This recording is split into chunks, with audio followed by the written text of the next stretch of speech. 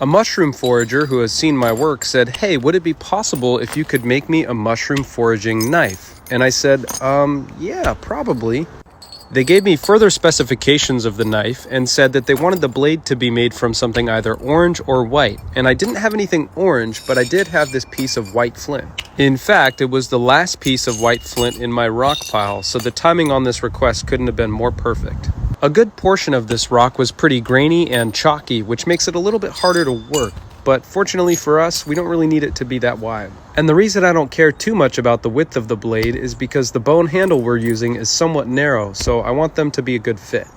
And while aesthetics are important, this is a knife that they're actually going to be using. And oftentimes mushroom foraging knives have a slight hook or curve at the end. So I used a deer antler tool to push flakes off of the edge and give it a nice curve. Now that the shape of the blade is complete, I started working on the tang, and this is the area that's going to help the blade secure to the handle. I used a narrow bone tool to create some sharp serrations along the edge, and now the blade is complete. I cut, carved, and polished the bone handle, and now I'm going to use pine sap glue to secure the handle and blade together. Wet deer sinew fibers are used to further secure the two together, and it's pretty fitting considering that this is a deer bone. The next day, the sinew has completely hardened and dried, and the knife is ready to forage mushrooms.